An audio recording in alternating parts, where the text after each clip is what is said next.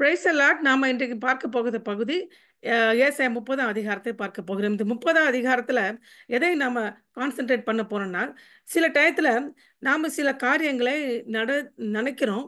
அதன்படியாக நடக்கணும்னு சில திட்டங்களை போடுறோம், சில தீர்மானங்களை நாம எடுக்கிறோம். ஆனா தேவனுடைய வழி பார்க்கும்போது அதை விட மாறுபட்டதாக இருக்கிறது. இதுதான் இப்போ பிரச்சனை.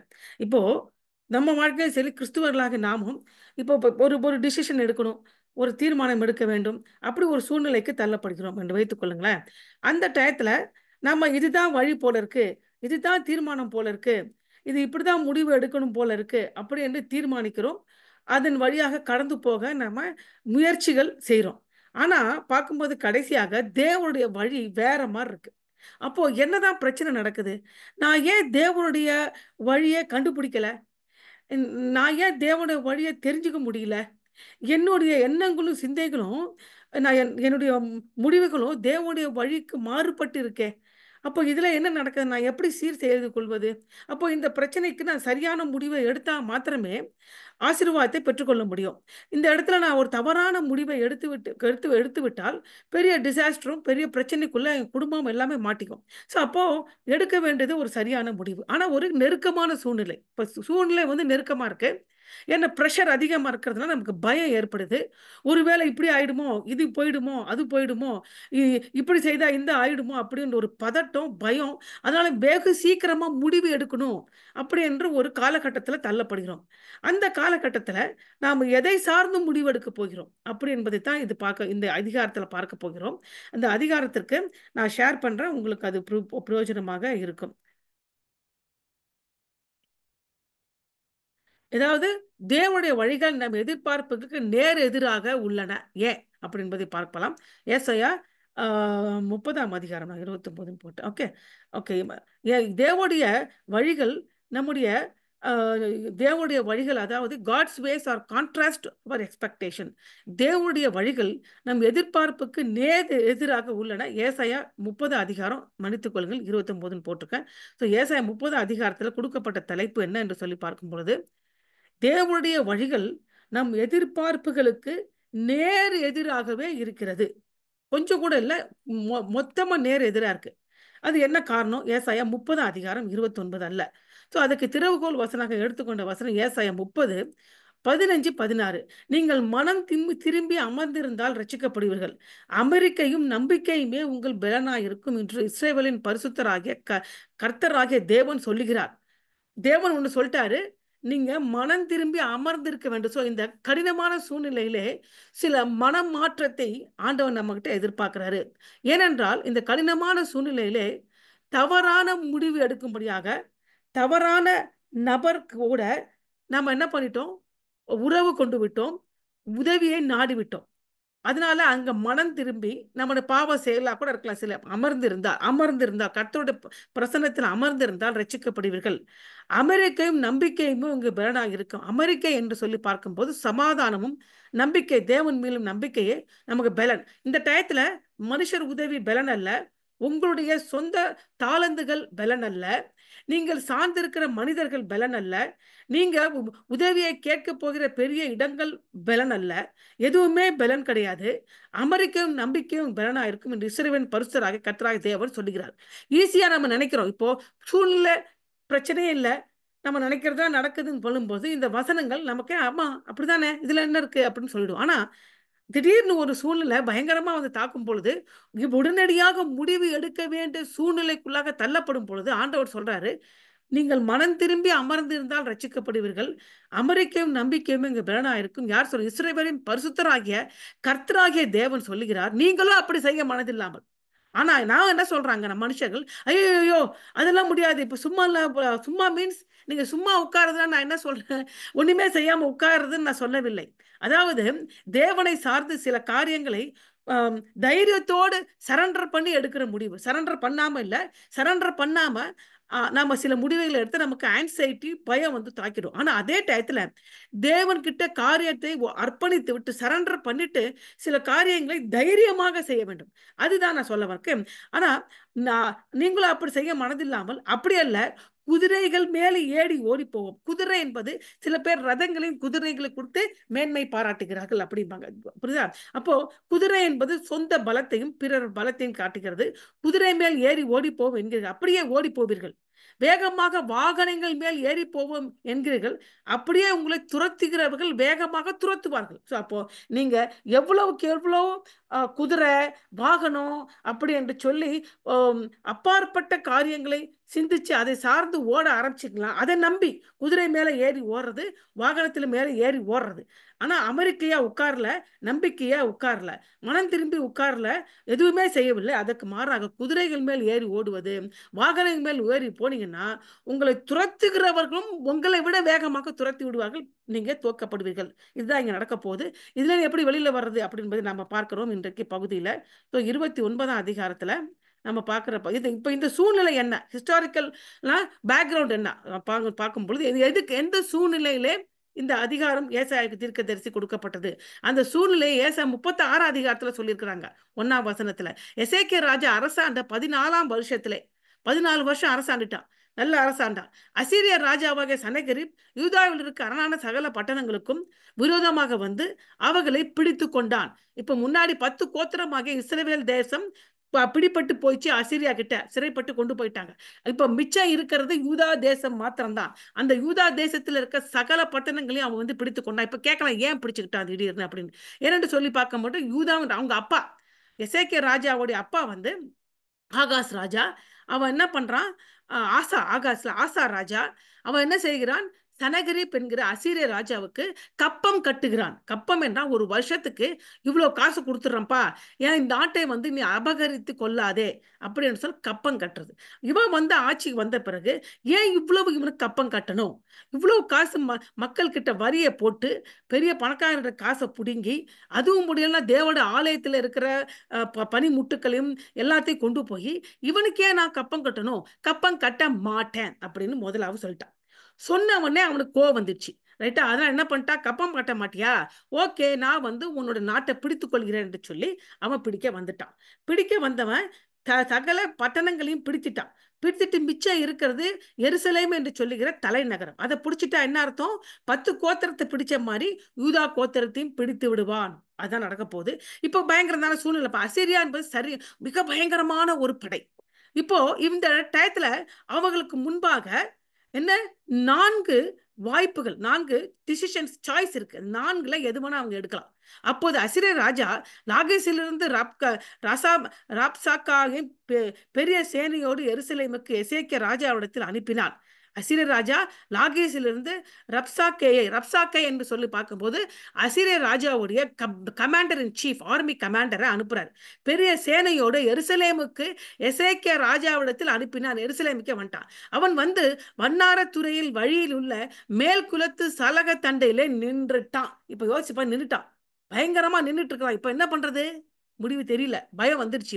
இப்போ யூதாவுக்கு 4 வாய்ப்புகள் இருக்கிறது. என்னென்ன வாய்ப்புகள் இருக்கிறது என்று சொல்லி, முதலாவது எந்த போரும் செய்யாமலேயே அசீரியாவுக்கு அடிபணிந்து சனகரிப்புக்கு எதிராக அவர் ஏற்கனவே செய்திருந்த கலகத்தின் விளைவுகளை அனுபவிக்க வேண்டும். அடிபணிஞ்சிருது. ஆமாப்பா, சரிப்பா, நான் உனக்கு என்ன கண்டிடுறேன், கப்பம் பழையபடி கப்பம் கட்டிடுறேன், என்னை விட்டுட்டு போயிடுப்பா அப்படின்னு அவன்கிட்ட கெஞ்சிருது. 1. 2வது அசீரியாவுக்கு எதிராக போர் தொடுப்பது. அது விளைவு மிகவும் பயங்கரமானது. எல்லா மக்களும் மரணம் நிச்சயம். அவ்வளோ பெரிய படை போல கட்டாயம் செத்துருவாங்க. ரைட்டா? 2வது. 3வது அசீரியாவோட தங்களை காப்பாற்றக்கூடிய மற்றொரு புறஜாதி தேசத்தோடு ஒருவேளை எகிப்துடன் ஒரு கூட்டணியை உருவாக்கு. சரி, நம்ம ஹெல்ப் பண்றதுக்கு எகிப்து கிட்ட போய் ஹெல்ப் கேட்கறது. யார்கிட்ட எகிப்து போய் கொஞ்சம் வாப்பா, அவனுக்கு காசு கொடுக்கலாம், இவனுக்கு காசு கொடுக்கறதுக்கு பதிலா கொஞ்சம் அவனுக்கு காசை கொடுத்து அவனுக்கு ஹெல்ப் கேட்கறது எகிப்து கிட்ட. 4வது தாழ்மையுடன் தங்கள் பாவங்களுக்காக மனம் திரும்பி கர்த்தரிடத்தில் ஒரு அற்புதமான விடுதலையை நாடுவது. அப்படியே தாழ்மையாக மனம் திரும்பி ஆண்டவரே நீர் செய்வீர் என்று சொல்லி இந்த பயங்கரமான சூழ்நிலை பேச்சு ஈச்சு இல்லாம அவரே நம்பி சார்ந்து இருப்பார். இந்த 4ல எந்த முடிவை எடுக்கலாம் யோசிச்சு பாருங்க. 4 முடிவு கொடுத்துட்டாரு. இப்போ இந்த டயத்துல அவங்க எந்த முடிவை எடுத்தாங்கன்னா, முதல் முடிவை எடுக்கல, நான் உனக்கு கப்பம் கட்ட மாட்டேன் திருப்பி. 2வது அவட்ட போர் செய்ய முடியாது, நான் செத்துருவேன். 3வது சரி எகிப்து கிட்ட உதவி கேட்கலாம் என்று சொல்லி ராஜா என்ன பண்ணுகிறாரு, எகிப்து கிட்ட உதவி கேட்கும்படியாக காசு பணங்களோடு கூட குதிரைகளோடு கூட சில ஜனங்களை அங்க அனுப்பிட்டாரு. அவன் நான் ஹெல்ப் பண்றேன் அப்படின்னு ஒத்துக்கொண்டு விட்டான். எப்போ இவன் முற்றுகை போடுவதற்கு முன்பாகவே அனுப்பிட்டான். எப்போ அந்த சில பட்டணங்களை அவன் கைப்பற்றிக்கிட்டே இருக்கும் பொழுதே கட்டாயம் எருசலேம் சூழ்ந்து கொண்டு விடுவான். அதனால அதுக்கு முன்பாகவே ஹெல்ப் கேட்கலான்னு சொல்லிட்டு ஹெல்ப் அனுப்பிச்சிட்டான். காசு பணத்தெல்லாம் பெரிய பெரிய காசு பணத்தை எகிப்துக்கு அனுப்பிச்சிட்டான். எகிப்து ஹெல்ப் பண்ண வருவான்னு இவன் எதிர்பார்த்துட்டு இருக்கிறான். இப்ப அதான் பிரச்சனை. இந்த டயத்துல ஆண்டவர் என்ன சொல்றாரு, எசேக்கியா தீர்க்கதரிசி மூலமாக ஒரு தீர்க்க தரிசனத்தை சொல்றாரு. அதுதான் எசேக்கியேல் 30வது அதிகாரம். அப்போ இந்த இடத்துல என்ன முடிவெடுக்கிறாங்க, எகிப்து கிட்ட போய் கூட்டணியை வைக்கலாம் என்று முடிவெடுக்கிறாங்க. இது சரியான முடிவா? இல்ல. இது தேவனுடைய வழிக்கு நம் எதிர்பார்க்கிறதுக்கு நேர்மாறாக இருக்கிறது. தேவனுடைய வழி விட நம்முடைய வழி நேர்மாறா இருக்கு. ஏன்னா தேவனுடைய வழி என்ன, இப்போ அவங்க மனம் திரும்பி அமர்ந்து கர்த்தருக்கு காத்திருப்பது. அவர் ஒரு விடுதலை கொடுக்க போறார். இதெல்லாம் விடுதலை. ஏனென்றால் இன்று கண்டு எகிப்தியன் என்றென்றைக்கு காண்பதில்லை அப்படின்னு எகிப்திலிருந்து கொண்டார் அவர் தான். இப்ப திருப்பி அவங்க கிட்டே போலாமா? யார்கிட்ட உதவி இல்லைன்னு சொன்னா அவங்க கிட்டே திருப்பி போறது. யார்கிட்ட 430 வருடங்கள் அடிமையா இருந்தா அவங்க கிட்டே போறது. அவ்வளோ ரட்சகராங்க மோசேயை கொண்டு விடுதலை பண்ணிட்ட பிறகு அவங்க கிட்டே திருப்பி உதவி. அது ஆண்டவர் சித்தமா? நிச்சயமா அவர் வசனத்தை சொல்லிட்டாரு, என்று கண்டு எகிப்தியன் என்றென்று காண்பது இல்லைன்னு சொல்லிட்டார். சோ அப்போ அந்த வசனம் தெளிவா இருக்கு. அப்போ இவங்க எடுக்கிற முடிவு தேவனுடைய சித்தத்துக்கு எக்ஸாக்ட்லி நேர்மறையா இருக்கிறது. அப்போ எப்படி தேவனுடைய சித்தம் அவங்க வாழ்க்கையில நடக்காது.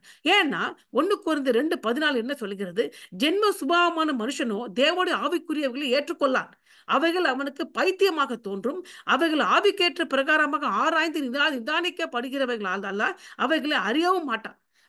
ஆவிக்குரிய பிரகாரமாக சில காரியம், இந்த முக்கியமான சூழ்நிலையில ஆவிக்குரிய பிரகாரமாக முடிவெடுக்க வேண்டும்.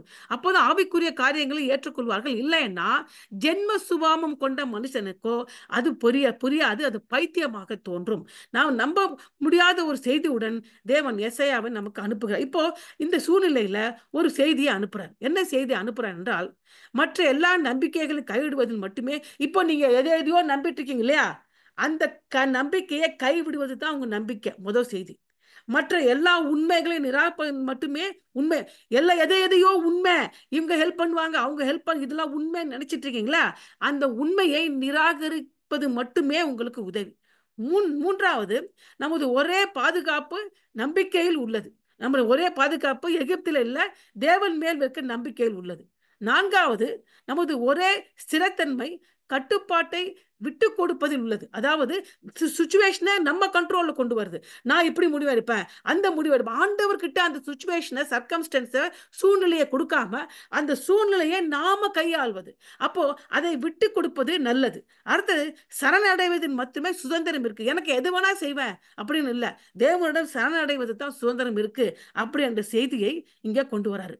ஏசாயா 30ஆம் அதிகாரத்தில் பாடம் என்னவென்றால், சுய ரட்சிப்பின் அனைத்து தந்திரங்களை நிராகரித்து, சுயமா நான் எது வேணா செஞ்சுட்டு தந்திரம் பண்றோம், அந்த தந்திரங்களை நிராகரித்து மனம் திரும்பி கர்த்தருக்கு காத்திருப்பதன் மூலம் வாழ்வதும், தேவனை விசுவாசிப்பதன் மூலம் நம் வாழ்க்கையில் அனைத்து சிறிய மற்றும் பெரிய சோதனைகளை எதிர்கொள்ள கற்றுக்கொள்வது.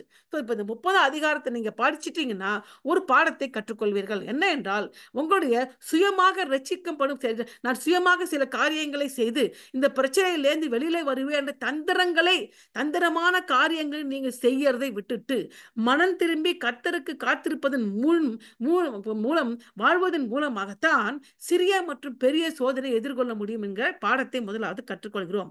இந்த பாடம் மிகவும் முக்கியமானது. ஏனென்றால் அசீரிய ராணுவத்தை விட மிகவும் சக்தி வாய்ந்த ஒரு எதிரி நமக்கு, அவங்களுக்கு ஒரு அசீரிய ராஜா ஒரு பெரிய சக்தி. இப்ப நம்ம எல்லாருக்கும் ஒரு அசீரியாவோட ஒரு நமக்கு எதிரான சக்தி இருக்காது. என்ன தெரியுமா?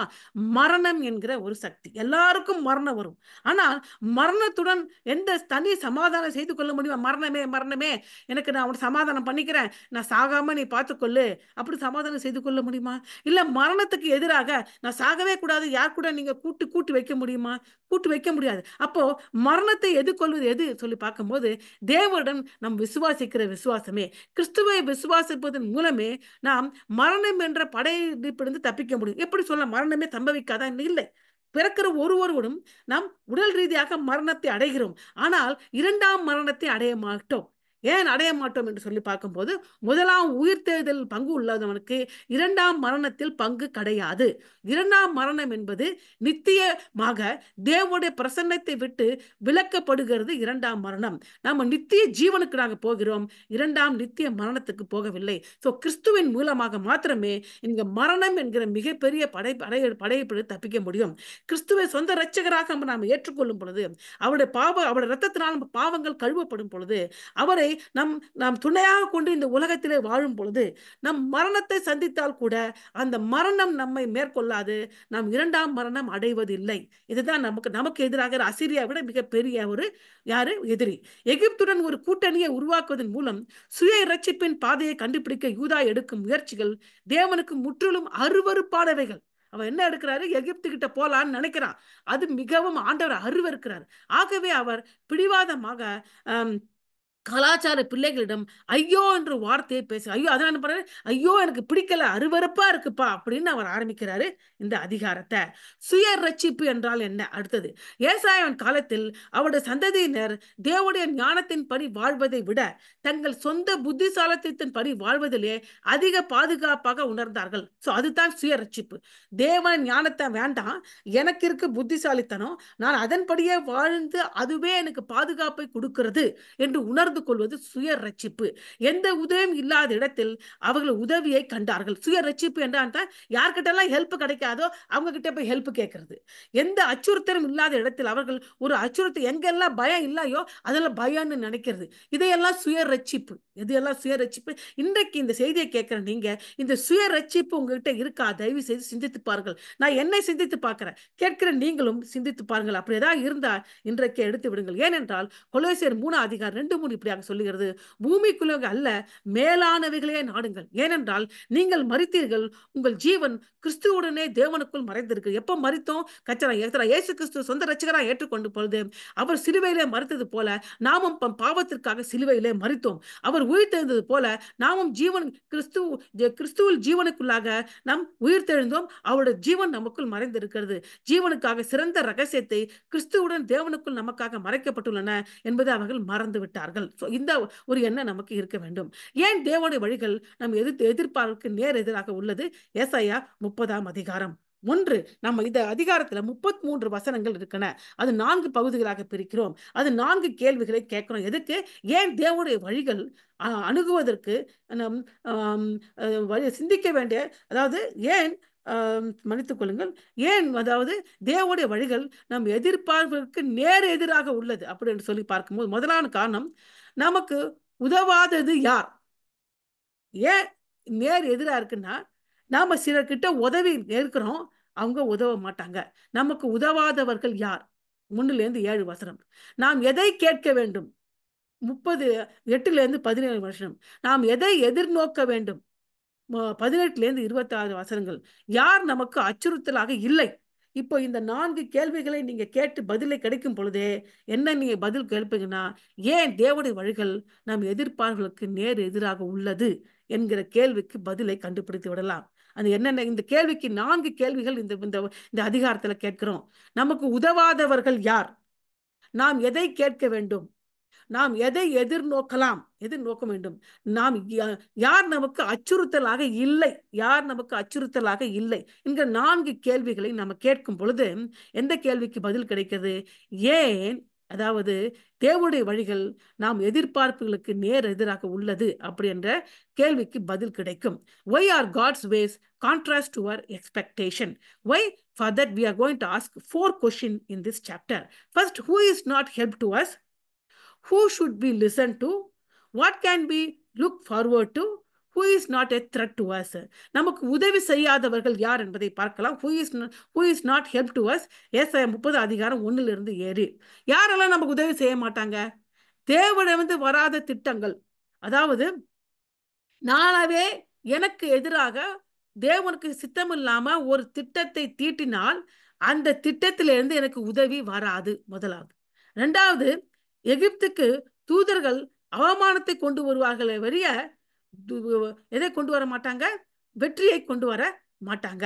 So who is not help to us? யார் நமக்கு உதவி இல்லை அப்படி என்றால், கடவுள் இல்லாத மனித திட்டங்கள் நமக்கு உதவி இல்லை. தேவன் இல்லாத மனித திட்டங்கள் நமக்கு உதவி இல்லை. முதலாவது, வெளிநாட்டு வெளிமக்கள் வெளிநாட்டு பவர் எகிப்தின் மீது நம்பிக்கை வைப்பது நமக்கு உதவி செய்யாது.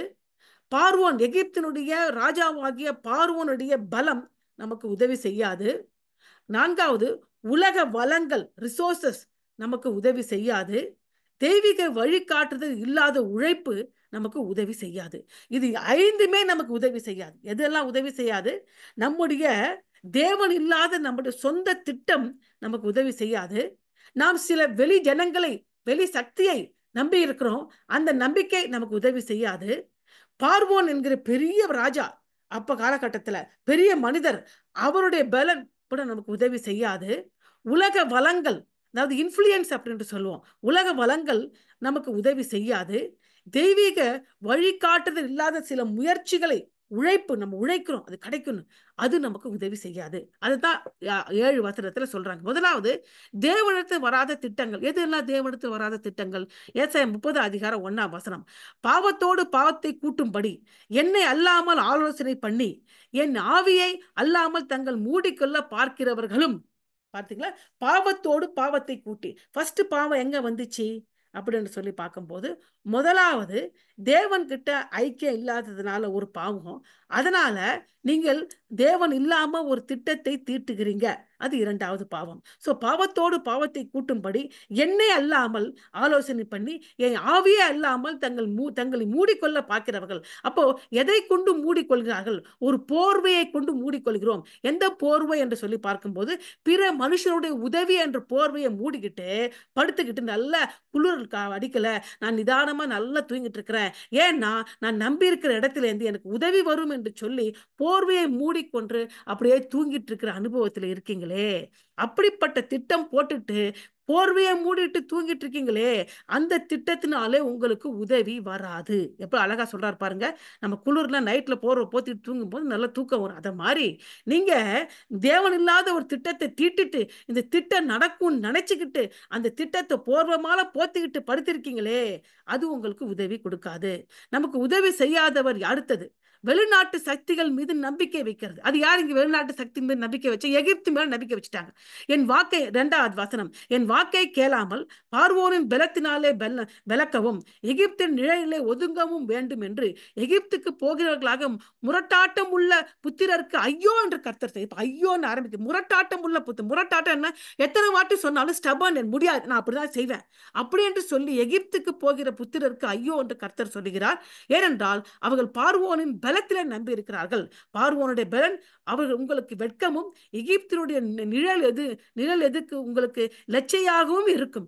எகிப்தினுடைய நிழல், அவங்க நிழல்ல போய் தங்கிலாம், அவங்க பலன்ல இருக்கலாம் அப்படின்னு வெட்கம் ஆவீங்க, லட்சை அடைவீங்க. நீங்க அவன் நம்பி நம்பி நிப்பீங்க, வரவே மாட்டான். ஏன்னா அவனே அசீரியாவினால பாதிக்கப்பட்டு போயிடுவான், அவன் எப்படி உங்களுக்கு வருவா? அப்போ எது நமக்கு அடுத்து உதவி செய்யாது? உலக வளங்கள் நமக்கு உதவி செய்யாது. 4-5 வசனங்கள். அவர்கள் பிரபுக்கள் சோவானிலே போய் அவர்கள் ஸ்தானாதிபதிகள் ஆசோன் மட்டும் சேர்கிறார்கள். சோவான், ஆசோன் என்கிற நகரங்கள் எகிப்திலே இருக்கிற நகரங்கள். இவை பார்வோனுடைய வளத்தையும் பார்வோனுடைய பலத்தையும் அவனுடைய வல்லமையும் காட்டுகிற நகரங்கள், மிக செழிப்பான நகரங்கள். இப்ப அந்த நகரத்துக்கு பெரிய பெரிய ஒட்டகத்தோட பெரிய பெரிய காசு பொருட்கள்லாம் எடுத்துக்கிட்டு போய் எங்களுக்கு உதவி செய்யுங்கப்பா என்று போறாங்க. ஆனாலும் தங்கள் சகாயத்துக்கு பிரயோஜனத்துக்கு உதவாமல் வெட்கத்துக்கும் நிந்தைக்கு உதவும் ஜனத்தினால யாவரும் வெட்கப்படுவார்கள். வந்துருவாங்க அவங்க ஹெல்ப் வருவாங்க அப்படின்னு காத்திருந்து வரவே வராததுனால வெட்கப்பட்டு போவார்கள் அப்படின்னு சொல்றாங்க. சோவானில போகாதீங்க, ஆனோஸ் மட்டும் போகாதீங்க.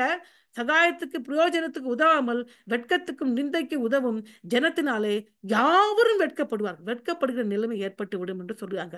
அடுத்தது, நமக்கு உதவி யார் செய்ய மாட்டாங்க என்றால், தெய்வீக வழிகாட்டுதல் இல்லாத நம்முடைய சொந்த உழைப்பு கூட நமக்கு உதவி செய்யாது.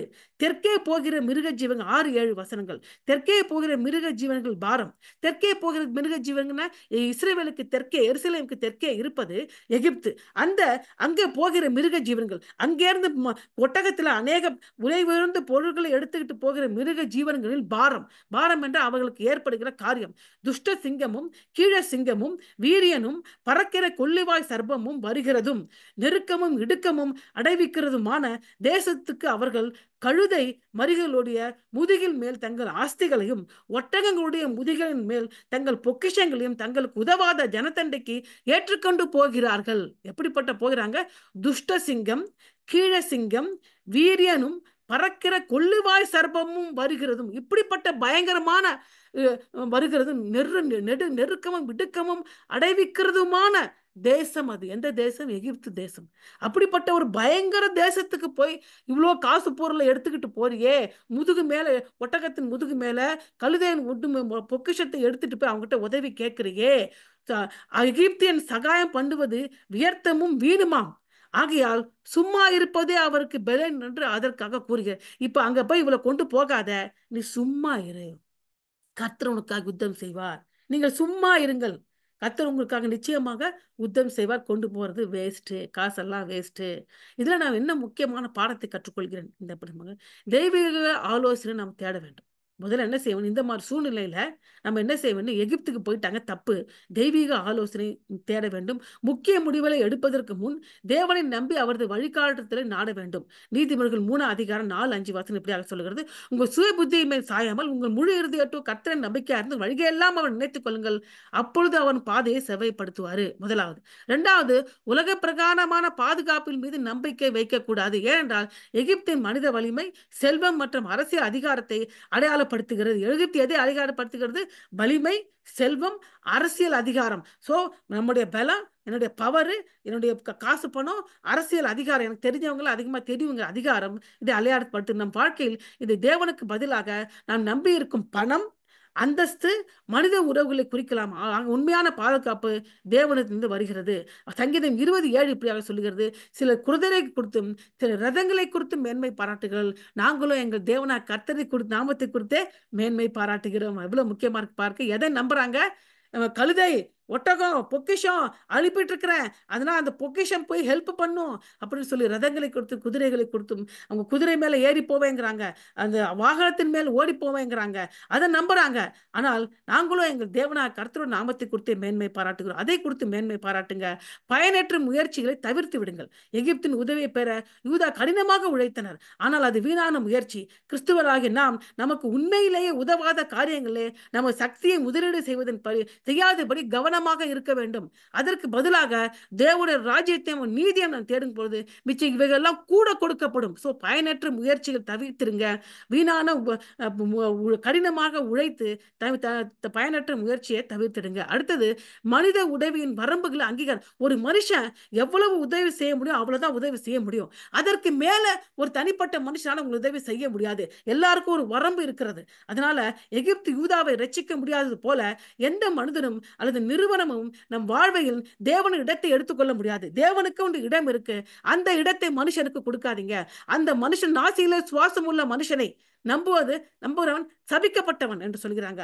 மனிதர் மீது அல்ல, தேவன் மீது நம்பிக்கை வையுங்கள். எரேமியா 17:5-7 சொல்லுகிறது, மனுஷன் மேல் நம்பிக்கை வைத்து மாம்சத்தை புயமலமாய் கொண்டு கர்த்தரை விட்டு விலகுகிற இருதயம் உள்ள மனுஷன் சபிக்கப்பட்டவன் என்று கர்த்தர் சொல்லுகிறார். கர்த்தர் மேல் நம்பிக்கை வைத்து கர்த்தரை நம்பிக்கையாக கொண்டிருக்கிற மனுஷன் பாக்கியவான். சபிக்கப்பட்டவர்களா பாக்கியவாங்க இருக்கிறமா? நம்ம சாய்ஸ் தான். அவனுக்கு 4 சாய்ஸ் கொடுக்கப்பட்டது, 3வது சாய்ஸ் எடுத்தா அது மிகவும் தப்பானது. அந்த தப்பான சாய்ஸ் எடுத்துட்டப்பா அப்படி என்று கடிந்து கொண்டு ஏசாயா தீர்க்கதரிசி ஏசாயா 30 சொல்றாரு, பயந்து செயல்படுவதற்கு பதிலாக கடவுளுக்காக காத்திருப்பது. பயமா இருக்கு, என்ன பண்றது, எப்படியாவது முடிவு இருக்கு, இது போயிடுமோ அது போயிடுமோ, பயப்படாத, கர்த்தருக்கு காத்திருங்க. யூதா தேவனை நம்புவதற்கு பதிலாக பயத்தினால் எகிப்தை நோக்கி திரும்பினான். பயம், ஐயோ வந்துருவான், வந்து வாசல் நிக்கிறான், வந்துரு ஹெல்ப் பண்ணு. பிரச்சனைகள் வரும்போது கவலையோடு செயல்பட வேண்டும் என்று ஊந்துதலை கட்டுப்படுத்துங்க. பிரச்சனை வந்துருச்சு, ஏதாவது நடக்கணும், பயமா இருக்கு, வேதனையா இருக்கு, கவலையா இருக்கு, அந்த கவலையை உன்னை மேற்கொண்டு சில செயல்களை செய்யறதை கட்டுப்படுத்துங்க. ஏனென்றால் தேவனுடைய வழிநடத்தலா காத்துருங்க. நீ பயந்து ஏதாவது முடிவு எடுத்தீங்கன்னா அது தேவனுடைய வழிநடத்தல் அதுல இருக்காது. உங்க சொந்த முயற்சி ஆயிடும். அதே ஏசாயா 40 அதிகாரம் 31 வசனம் சொல்லுகிறது, கர்த்தருக்கு காத்திருக்கிறவர்களோ புது பலனிழந்து கழுகுகள் போய் சட்டைகளை அடித்து எழும்புவார்கள். அவர்கள் ஓடினாலும் இளைப்படையார்கள், நடந்தாலும் சோர்ந்து போக மாட்டாங்க. அல்லேலூயா. சோ இதுதான் நம்ம கற்றுக்கொண்டோம். அடுத்தது நாம் எதை கேட்க வேண்டும்? நாம் எதை நம்பக்கூடாது? நம்ம யார்கிட்ட இருந்து உதவி வராது. முதலாவது நாம் எதை கேட்க வேண்டும்? இப்ப யார்கிட்ட இருந்து உதவி வராதுன்னு தெரிஞ்சிச்சு. அப்ப நம்ம எதைத்தான் கேட்க வேண்டும்? ஏசாயா 30 அதிகாரம் 8-17 வசனம். நாம் எதை கேட்க வேண்டும் என்று சொன்னால், மென்மையான பொய்யை கேட்கக்கூடாது. பொய்யை கேட்காது. அது மென்மையா இருக்கும், நல்லா இருக்கும். அடுத்தது, இனிமையான மாயையை நம்பக்கூடாது. புரியுதுங்களா? மாயை எப்படி இருக்கும்? பார்க்கறது நல்லா இருக்கும், கடைசியில பார்த்தா மாயை ஒண்ணுமே இருக்காது. மற்றும் மாற்று வழியை கேட்க வேண்டும். 2 மாற்று வழியை கேட்க வேண்டும். 2 மாற்று வழி ஆண்டவர் கொடுப்பாரு. அப்போ பொய்யான மாயை அல்ல, அதே இனிமையான மாயை அல்ல, மென்மையான பொய்யே அல்ல. அதுக்கு பதிலாக 2 மாற்று வழிகளை ஆண்டவர்கிட்ட கேளுங்க. அவை அதே ஆண்டவர் உங்களுக்கு கொடுப்பாரு. அதுதான் நம்ம இதுல பார்க்க போகிறோம். முதல்ல மெய்யான பொய்யை அல்ல. ஏன் இப்போது நீங்கள் போய் இது பிற்காலத்து 8-11 வசனத்தை, ஏனென்றால் மெய்யான பொய்யே அல்ல. அதாவது பொய்யை தான் அவங்க கேட்கறாங்க. ஏன் பொய்யை கேட்கறாங்க அப்படின்னா, இவர்கள் கலகமுள்ள ஜனங்களும் பொய் பேசுகிற பிள்ளைகளும் கர்த்தருடைய வேதத்தை கேட்க மனதில்லாத புத்திரராய் இருக்கிறார்கள். எப்பெல்லாம் நீங்க கர்த்தருடைய வேதத்தை கேட்க மனதில்லாம இருக்கிறீங்களோ அப்பெல்லாம் மென்மையா இருக்க பொய்ய கேட்பீங்க. சோ அதனால மென்மையா இருக்க பொய்ய கேட்க கூடாதுன்னா கர்த்தருடைய வேதத்தை கேட்க மனதை செலுத்துங்கள். அடுத்தது, இவர்கள் தீர்க்க தரிசனம், அதுக்கு பதிலாக தீர்க்க தரிசனை நோக்கி தரிசனம் காண வேண்டாம் என்றும், ஞான திருஷ்டிக்காரனை நோக்கி யதார்த்தமாய் எங்களுக்கு தரிசனம் சொல்லாமல் எங்களுக்கு இதமான சொற்களை உரைத்து மாயமானதை சிருஷ்டியுங்கள். அப்ப சில பேர் தீர்க்க தரிசனம் சொல்லும் போது பார்க்க நீங்க போவீங்க கூட்டத்துக்கு, ஆண்டவர் உங்களை ஆசீர்வதிக்கிறார், நீங்க காசு பெறீங்க, பணம் வருது, உங்களுக்கு கொட்டு கொட்டுன்னு கொட்டுது, அப்படிப்பட்ட தீர்க்க தரிசனங்களை போட்டு நின்றுடுவாங்க. எனக்கு தீர்க்க தரிசனம் சொல்லுங்க பாஸ்டர், உங்களுக்கு தீர்க்க தரிசனம் வேணா இருக்கு, எனக்கு இந்த பிரச்சனை, தயவு செய்து சொல்லுங்க.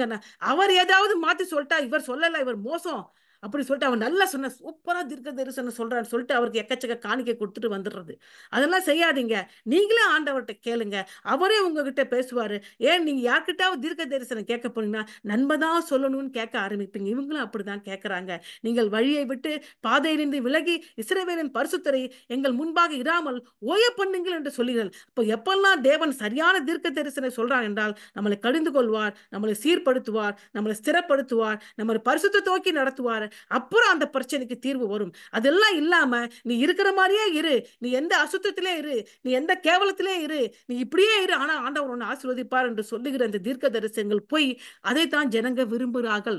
அப்படியாக மென்மையான பொய்யை விரும்பாதீங்க, உண்மையான தேவனுடைய வசனத்தை விரும்புங்க. அடுத்தது, அதாவது இனிமையான மாயை விரும்பக்கூடாது. அடுத்து எதை கேட்கக்கூடாது? முதலாவது மென்மையான பொய்யை கேட்காதீங்க. அடுத்தது இனிமையான மாயையை கேட்காதீங்க.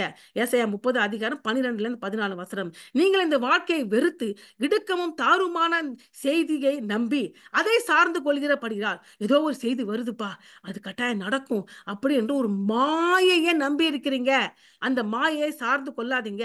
இந்த அக்கிரமம் உங்களுக்கு உயர்ந்த சுவரில் அந்த மாயை எப்படி இருக்குன்னு சொல்லி பார்க்கும்போது, ஒரு சுவர் இருக்கு, அந்த சுவர் நல்லா இருக்கு, அதுல சாஞ்சிக்கலாம், அது நமக்கு பாதுகாப்பு கொடுக்கும் அப்படின்னு இந்த மாயையில அந்த சுவர் மேல சாஞ்சிருக்கீங்க.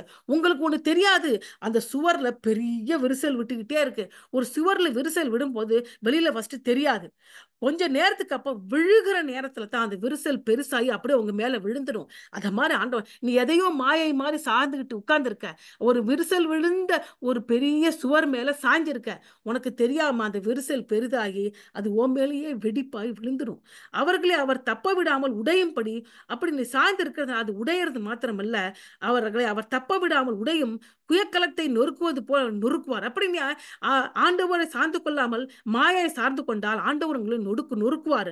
அடுப்பிலே நெருப்பு எடுக்கிறதுக்கும் குளத்திலே தண்ணீர் மொல்லுகிறதுக்கும் நொறுக்குகிற தூண்டுகளின் ஒரு ஓடாகிலும் அகப்படாதே போகும். அப்ப என்ன செய்வீங்க? நீங்க எதை சார்ந்து கொள்ள போவீங்க?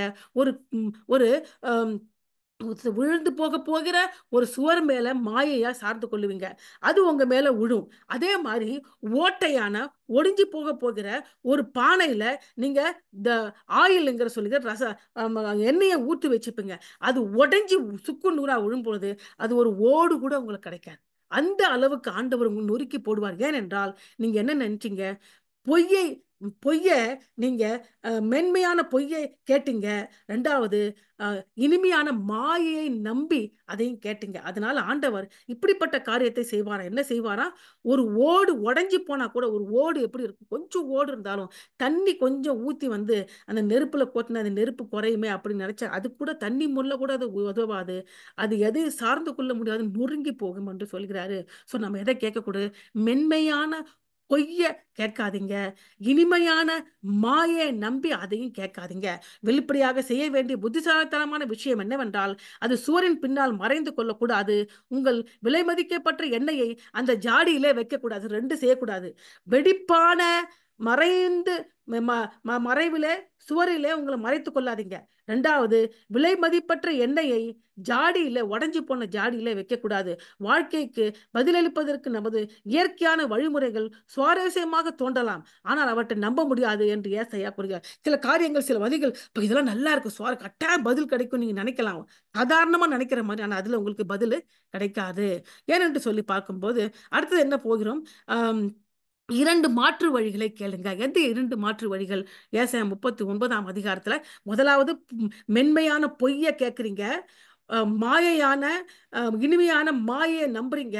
இது ரெண்டையும் விட்டுட்டு இரண்டு மாற்று வழியை கேளுங்க. எதை கேட்கணும்? ஏசாயா 39 அதிகாரம் 15-17. நீங்கள் மனம் திரும்பி அமர்ந்திருந்தால் ரட்சிக்கப்படுகிற. முதலாவது என்ன? மனம் திமிர்ந்து அமிழ்ந்து இருக்க வேண்டும். முதல் வழி. அமெரிக்கையும் நம்பிக்கையும் உங்க பலன் என்று இஸ்ரவேலின் பரிசுத்தராகிய கர்த்தராகிய தேவன் சொல்லுகிறார். நீங்களும் அப்படி செய்ய மனதிராமல், இப்படி செஞ்சிட்டா ஓகே, அப்படி செய்ய மாட்டேன், அப்படி இல்லை, குதிரை மேல் ஏறி ஓடி போம் என்கிறீர்கள், அப்படியே ஓடி போவீர்கள். நீங்க போவீங்க, சாய்ஸ் எடுப்பீங்க, ஓடுங்க. வேகமான வாகனத்தின் மேல் ஏறி போம் என்கிறீர்கள், ஏறி போங்க. அப்படியே உங்களை துரத்துகிறவர்களும் வேகமாக உங்களை துரத்துவார்கள். நீங்கள் மலை உச்சியின் மேல் அப்போ துரத்தும் போது நீங்கள் மலை உச்சியின் ஒரு கம்பை போலவும் மேட்டில் மேல் ஒரு கொடியை போலும் மீந்திருக்க கட்டாமல், ஒருவன் பயமுறுத்த 1000 பேரும் 500 பேர் பயமுறுத்த நீங்க அனைவரும் ஓடி போவீங்க. எப்படி ஓடி? இப்ப முதல்ல பலம் இருக்கு, என் உதவி இருக்கு, அதனால நான் குதிரையில ஓடுவேன், அது வண்டியில ஓடுறேன்னு ஓடுறியா? நீ ஓடினா எப்படி ஆகும்? உன்னை துரத்துறவனும் உனக்கு எதிராக ஓடுவான். ஒருத்த பயமுறுத்தின 1000 பேர் உங்ககிட்ட ஓடி போயிருங்க, 5 பேர் பயந்து எல்லாருமே ஓடி போவீங்க.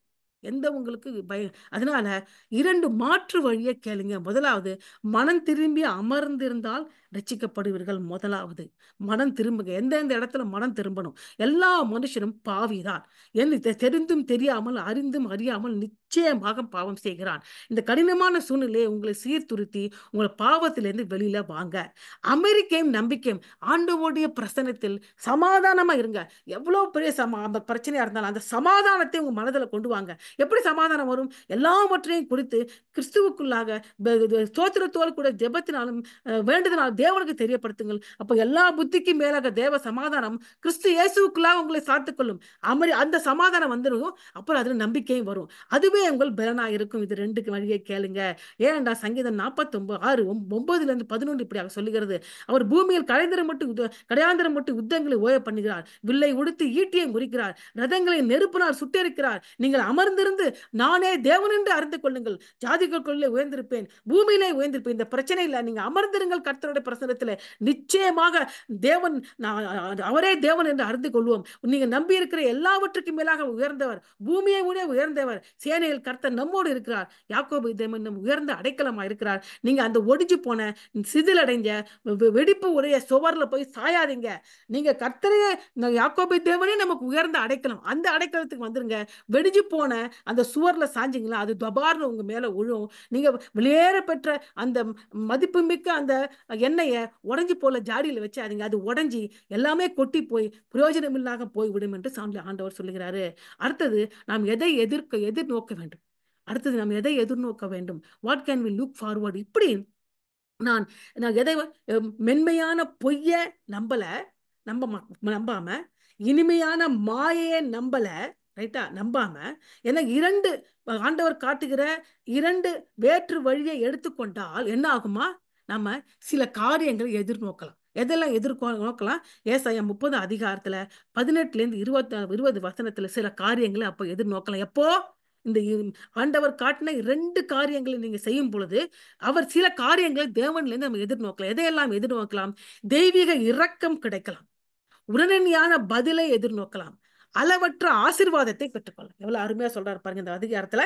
தெய்வீக இரக்கம் கிடைக்குமா? உடனடியாகவே பதில் கிடைச்சிருமா? அளவற்ற ஆசீர்வாதத்தை ஆண்டவர் கொடுப்பாரா? முதல்ல என்ன கொடுப்பாரு? தெய்வீக இரக்கம். ஏசாயா 30 அதிகாரம் 18ஆம் வசனம். ஆனாலும் உங்களுக்கு இறங்கும்படி கர்த்தர் காத்திருப்பார், உங்கள் மேல் மனதுருகும்படி எழுந்திருப்பார். கர்த்தர் நீதி செய்கிற தேவன், அவருக்கு காத்திருக்கிற அனைவரும் பாக்கியவான்கள். ஹல்லேலூயா. தெய்வீக இரக்கத்தை பெறுவோம், அவர் காத்திருப்போம்.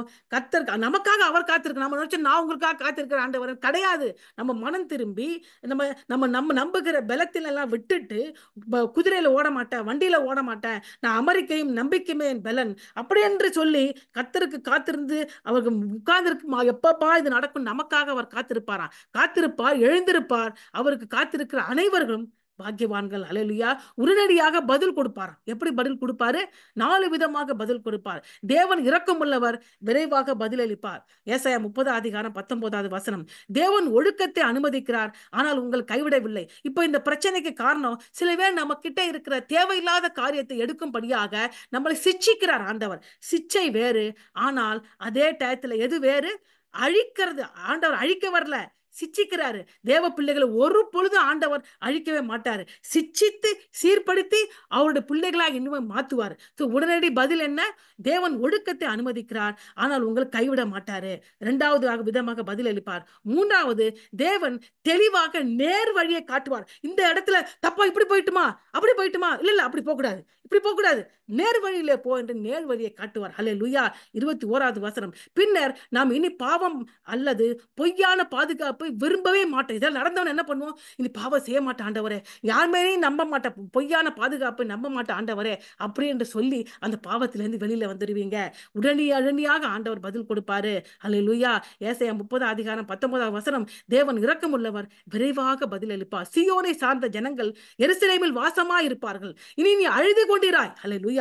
அவர் உன் கூப்பிடுதல் சத்தத்தை அவர் உறக்கமாக இறங்கி அதை கேட்ட உடனே உனக்கு மறு உத்தரவு அருள்வார். நீங்க அழுது கொண்டே இருக்கிற, ரொம்ப நாளா எனக்கு பதிலே கிடைக்கலன்னு சொல்லி இல்லையா, நீ அழுதுகிட்டே இருக்க மாட்டேன். நீ கூப்பிடுற சத்தத்தை கேட்கறதுக்கு முன்னாடியே அவர் உனக்கு பதில் அளித்து விடுவார். ஹல்லேலூயா.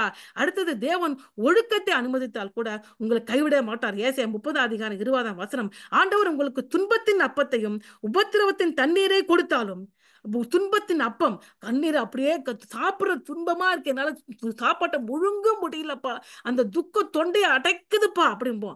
உபத்திரவத்தின் தண்ணியை குடிக்கிறேன்னா என் கண்ணீரே தண்ணீரா குடிக்கிற ஆண்டவரே அப்படியேங்கிற சூழ்நிலையை உங்கள் வாழ்க்கையில் அனுமதித்தார். அனுமதித்தது எதற்கு? நம்மளை சிச்சித்து சீர்படுத்துவதற்கு, நம்ம அழிப்பதற்கு அல்ல. அப்படிப்பட்ட கொடுத்தாலும் உன் போதகர் இனி உனக்கு மறைந்திருக்க மாட்டார். உன் கண் உன் போதகர்களை காணும். அவர் மறைவா இருக்காரு, எனக்கு உதவி செய்யலன்னு சொல்லியா, உன்னை போதித்து நடத்துகிறவர், நேர் வழியில் நடத்துகிறவர் உனக்கு மறைவா இருக்க மாட்டாரு. உன் கண் அவரை காணுமாம். அடுத்தது, தேவன் தெளிவான நேர் வழியை காட்டுவார். எப்படி நேர் வழியை காட்டுவார்? ஏசாயா 30 அதிகாரம் 21வது வசனம். நீங்க வலதுபுறம் சாயும் போதும் இடதுபுறம் சாயும் போதும் வழி இதுவே, இதிலே நடுவுங்கள் உங்களுக்கு பின்னாலே சொல்லும் வார்த்தையை உங்கள் காதுகளுக்கு பரிசுத்த ஆவியானவர் வழி இதுவே நிச்சயமா நடத்துவார். கேட்க எவ்வளவு சந்தோஷமா இருக்கு பாருங்க, நமக்கு எவ்வளவு அருமையான வசனங்கள். பின்னர் இதெல்லாம் நடந்த பிறகு இனி பாவம் அல்லது பொய்யான பாதுகாப்பு விரும்பவே மாட்டோம். சி போ அப்படின்னு அதை எடுத்துருவோம். எப்படி எடுப்போமா? ஏசாயா 30 அதிகாரம் 22ஆம் வசனம். உன் சொரூபங்களை மூடிய வெள்ளி தகட்டையும் உன் விக்கிரகங்களின் பொன் ஆபரணங்களையும் தீட்டாக எண்ணி அவர்களை தீட்டுப்பட்ட வஸ்திரம் போல எரிந்து விட்டு அதை சி போ அப்படின்னு, சி போ, இதெல்லாம் வேணாம், அவங்கள வெஸ்ட், எனக்கு வேணாம் அப்படின்னு சி போ அப்படின்னு தள்ளுற மாதிரி, தீட்டுப்பட்ட துணிப்பா, சி நாத்து அடிக்குது, தூக்கி போ அப்படின்னு நம்ம தூக்கி போட்டு விடுவோமா? இவ்வளவு அருமையான வசனம் பாருங்க. அதனால ஆண்டவன் நிச்சயமாக உடனடியாக நமக்கு பதில் எழுப்ப. எந்த சூழ்நிலை இருக்குன்னு தெரியல, 2 செய்யுங்க. அமெரிக்கை நம்பிக்கை தான். அடுத்தது, நீங்க சொந்த பலத்துல நம்பாம அவரை காத்திருந்த நம்புங்க, அடிபணிஞ்சிருங்க. இது 2 செய்யும் போது விரைவாக பதில் அளிப்பார், உங்களை கைவிட மாட்டார், தெளிவான நேர் வழியில் காட்டுவார். பின்னர் பொய்யான பாதுகாப்பை நீங்க விரும்ப மாட்டீங்க. சி போ என்று துரத்தி விடுவீர்கள். இறுதியாக, அளவற்ற ஆசீர்வாதத்தை கொடுப்பாராம். அல்லேலூயா. ஏசாயா 30 அதிகாரம் 23 26 வசனத்துல தேவன் ஏராளமான அறுவடைகள் வழங்குவார், அளவற்ற ஆசீர்வாதம் என்று சொல்லி பார்க்கும்போது உலக பிரகாரம் ஆசீர்வாதத்தையும் கொடுப்பாரு, ஆவிக்குரிய ஆசீர்வாதத்தையும் கொடுப்பாராம், இரண்டையும் சேர்த்து கொடுப்பாராம். தேவன் ஏராளமான அறுவடையை வழங்குவாராம். 30 அதிகாரம் 23 24 தேவன் பரிபூர்ண சமாதானத்தையும் பாதுகாப்பையும் கொடுப்பாராம். ஏசாயா 30 அதிகாரம் 25வது வசனம் தேவன் இறுதியில் நம்மை குணப்படுத்துவாராம், மறுசீரமைப்பை நம்முடைய வாழ்க்கையில கொண்டு வருவாராம். ஏசாயா 30 அதிகாரம் 26வது வசனம் 3 விதமான அளவற்ற ஆசீர்வாதத்தை கொடுக்கிறாரு. முதலாவது என்ன கொடுக்கிறாரு? ஏராளமான அறுவடையை வழங்குவாராம். ஒரு பெரிய விவசாயி நிறைய நிலத்துல எல்லா விதைகளை தூவி கஷ்டப்பட்டு நிலத்தை உழுது விதையை போட்டு அதுக்கு தண்ணீர் பாய்ச்சி அது நேரத்துக்கு அதுக்கு எந்தவித பூச்சி புண்டு வராம அதை பாதுகாத்து எப்படியாவது அறுவடை வரணும் காத்திருந்து ஏற்ற நேரத்தில் அறுவடை செய்யும் பொழுது 1 30 30 60 100 ஆண்டவர் பெருக்குவேன் என்று சொல்கிறார்.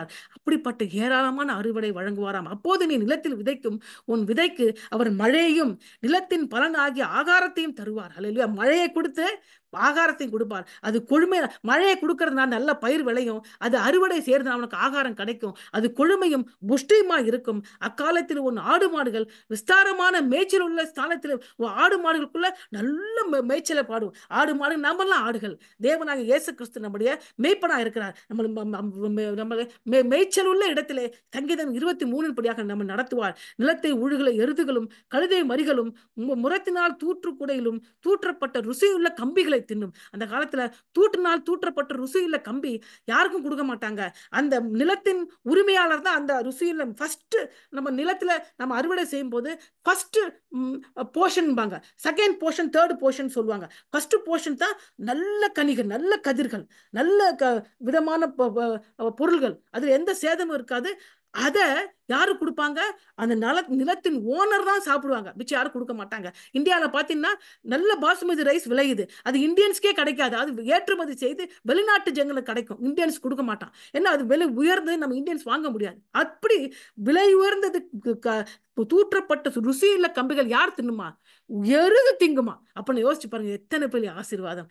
எருதுக்கு அது கொடுப்பாங்களா? மனுஷன் சாப்பிட்டு போக மிஞ்சி எருது அந்த நிலத்து உழுதுல எருதுக்கு கொடுப்பார்களாம்.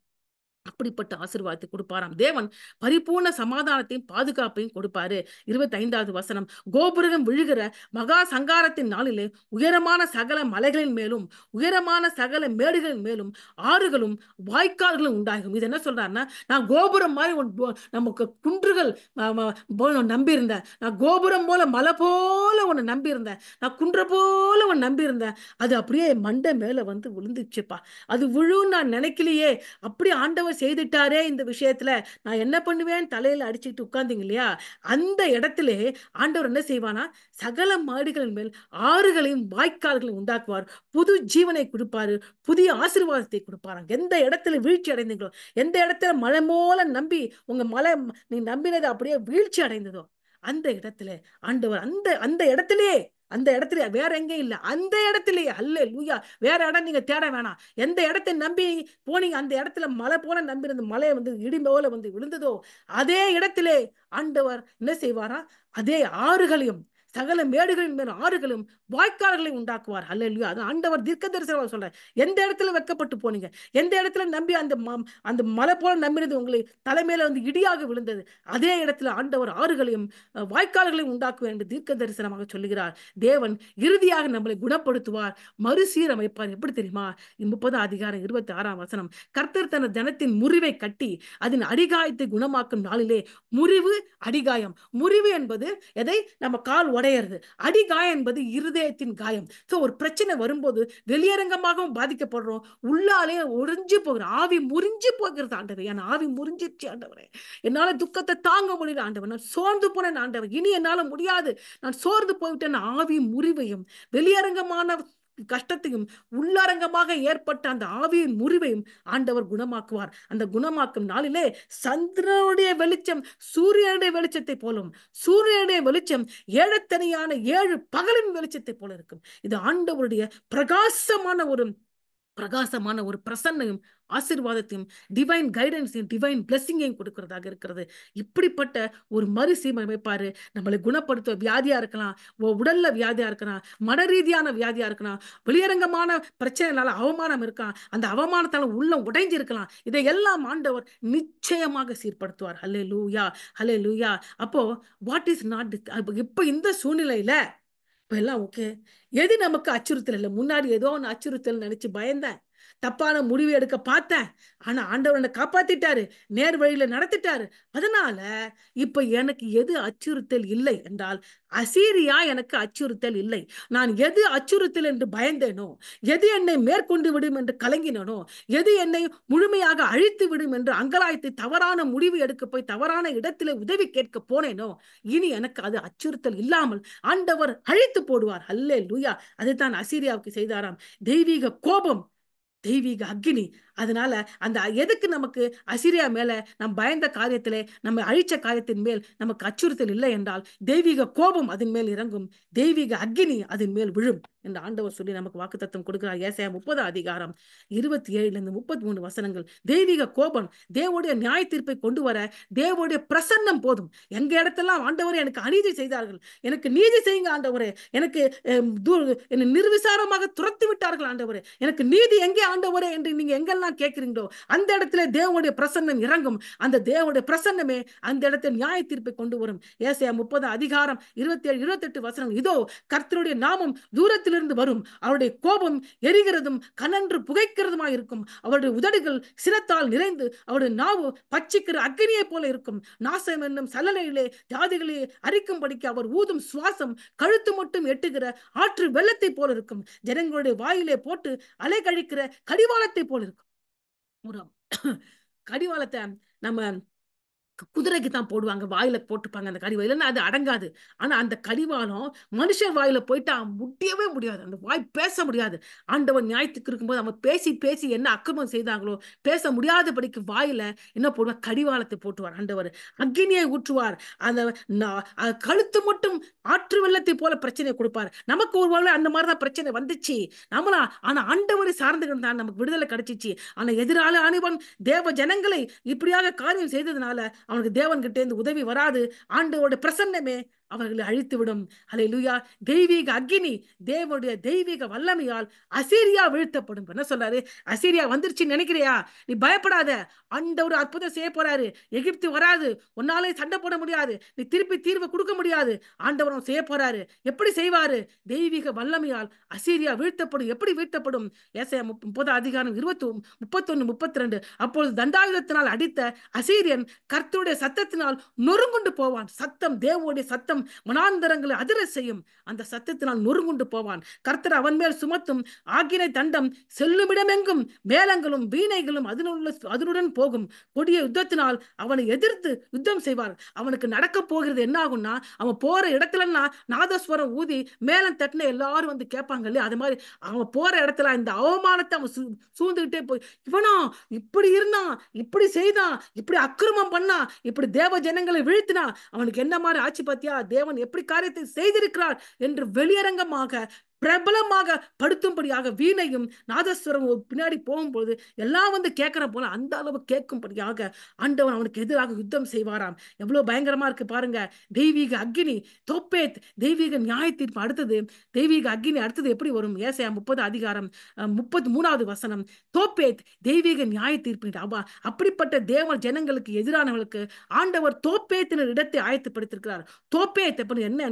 எருசலேம் தேசத்திலே இறுதியிலே இருக்கிற ஒரு பள்ளத்தாக்கு. அந்த பள்ளத்தாக்கிலே அதாவது விக்கிரகத்தை வணங்குகிற ஜனங்கள் அந்த அந்த இடத்துல பிள்ளைகளை வானர கண்ணிக்கு பலியிடுவார்கள். உயிரோடு பிள்ளைகளை கொண்டு போய் சுட்டுக்கிட்டே இருக்கும். அந்த கை அந்த அந்த சிலை வந்து பெரிய ஒரு சிலை வச்சிருப்பாங்க. அந்த சிலைக்கு அடியில கை பெருசா ஒரு கை, அந்த கைக்கு அடியில நெருப்பு மூட்டிடுவாங்க. அந்த கைக்குள்ள போய் அந்த பச்சிலம் குழந்தைய போட்டுருவாங்க. அந்த குழந்தை அந்த நெருப்புல துடிச்சு துடிச்சு துடிச்சு செத்து போகும். அதுதான் அவங்க தேவனுக்கு கொடுக்கிற பலி. இப்படிப்பட்ட பயங்கரமான வானர கண்ணிக்கு பலிகளை கொடுத்தார்களாம். அப்படிப்பட்ட பலிகளை கொடுக்கிற இடம் தான் தோப்பேத். தோப்பேத் என்பது எதற்கு இணையாக வைத்திருக்கு? அது ஒரு அக்னி, அது ஒரு நரகத்துக்கு இணையாக இருக்கிறது. எப்படி இந்த பட்ட அநியாயங்களை செய்தார்களோ அந்த பிள்ளையை வைத்து, அப்படிப்பட்ட நியாய தீர்ப்பை நான் உங்கள் மேல் அனுப்புவேன் என்று ஆண்டவர் சொல்லுகிறார். தோப்பேத் ஏற்கனவே ஏற்படுத்தப்பட்டது, ராஜாவுக்கு அது ஆயத்தப்பட்டப்பட்டது. அதை ஆழமும் விசாலமும் ஆக்கினார். வேகும்படி அக்னியும் மிகுந்த விறகும் உண்டு. கர்த்தரின் சுவாசம் கந்தக தீயை போல அதை கொளுத்தும். கர்த்தரோட சுவாசம் அதை கொளுத்துமாம். அந்த காலத்துல இப்படிப்பட்ட பயங்கரமான பாவத்தை செய்தாங்க.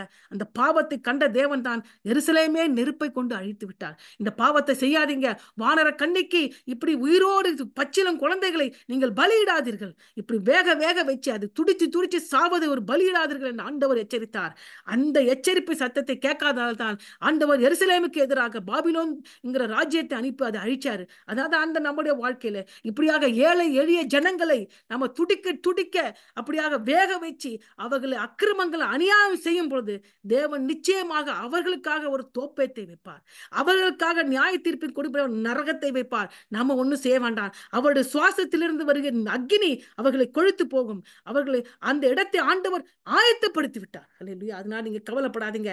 எந்த அசீரியாவை கூட இருக்கலாம். அப்போ அசீரியா எப்படி அழிக்கப்பட்டுச்சு அப்படி என்பது ஏசாயா 37 அதிகாரத்துல சொல்றாங்க. 36 எப்படி இந்த தீர்க்க தரிசனம் நிறைவேற்று?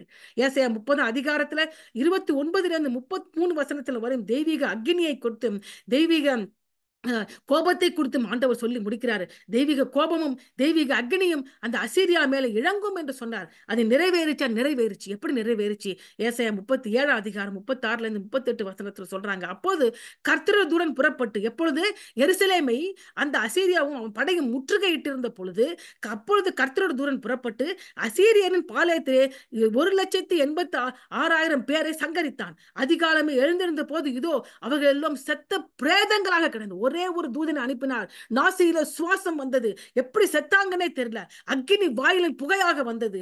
அக்னி கண்களுடையவராக வந்தார். கழுத்து மட்டும் வெள்ளை வந்தது.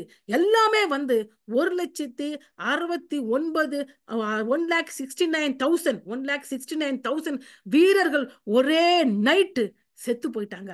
அப்பொழுது அசீரிய ராஜாவாக சனகரிப், ஐயோ இப்படி நடந்துச்சு, எப்படி செத்து போட்டாங்கன்னு பயந்து முற்றுகையிட்டதை விட்டுட்டு பிரயாணப்பட்டு திரும்பி போய் நினிவேலே, அவன் சொந்த தேசம் அசீரியாவோட தலைநகரம் நினிவே, அங்கே இருந்து விட்டான். அவன் தன் தேவனாகிய நிஸ்ரோத்தின் கோவிலிலே பணிந்து கொள்ளும் பொழுது அவன் குமாரன் ஆகிய அர்த்தமெலேக்கும் சரேச்சேரும் அவனை பட்டயத்தால் வெட்டி போட்டு ஆரா தேசத்துக்கு தப்பி ஓடி போனார்கள். அவன் குமாரன் ஆகிய ஏசராத்தோன் அவன் பட்டணத்துக்கு வந்து அரசாண்டான். கொஞ்ச நாள் தான் அவன் அரசாண்டான்.